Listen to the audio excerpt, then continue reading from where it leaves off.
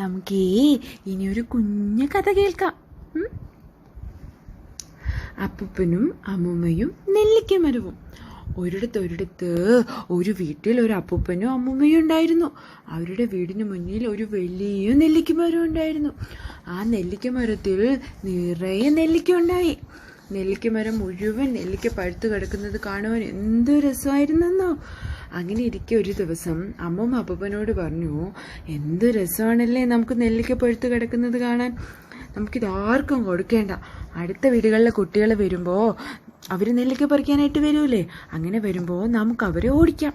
ഇത് കേട്ട് അപ്പൂപ്പൻ പറഞ്ഞു, ശരിയാ, ഇതാർക്കും കൊടുക്കേണ്ട, നമുക്കും കഴിക്കേണ്ട, എന്നും കണ്ടുകൊണ്ടിങ്ങനെ ഇരിക്കാം. അപ്പൂപ്പനും അമ്മൂമ്മയും നെല്ലിക്കയ്ക്ക് കാവലിരുന്നു. അവർ നെല്ലിക്ക പറിക്കാൻ വന്ന കുട്ടികളെ എല്ലാം വഴക്കു പറഞ്ഞോടിച്ചു.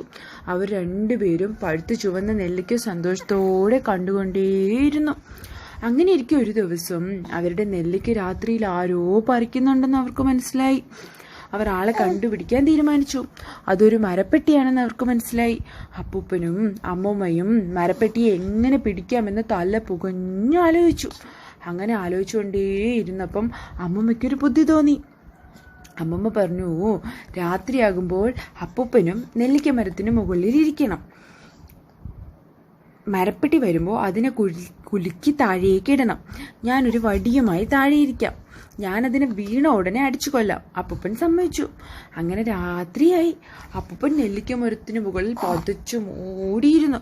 അമ്മൂമ്മ നെല്ലിക്ക മരത്തിന്റെ ചുവട്ടിലും ഇരുന്നു. കുറേ നേരമായിട്ട് മരപ്പെട്ടി വന്നില്ല. അപ്പൂപ്പൻ ഉറക്കം വന്നു തുടങ്ങി. അപ്പൂപ്പൻ അങ്ങനെ ഇരുന്ന് ഉറങ്ങിപ്പോയി.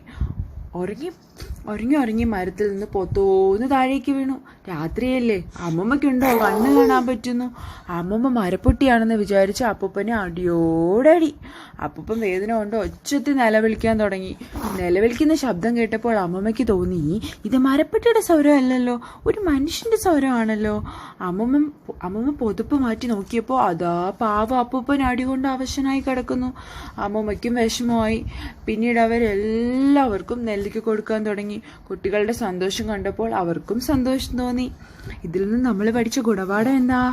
നമുക്കുള്ളത് മറ്റുള്ളവരുമായി പങ്കുവച്ചാൽ സന്തോഷം ഇരട്ടിയാകും.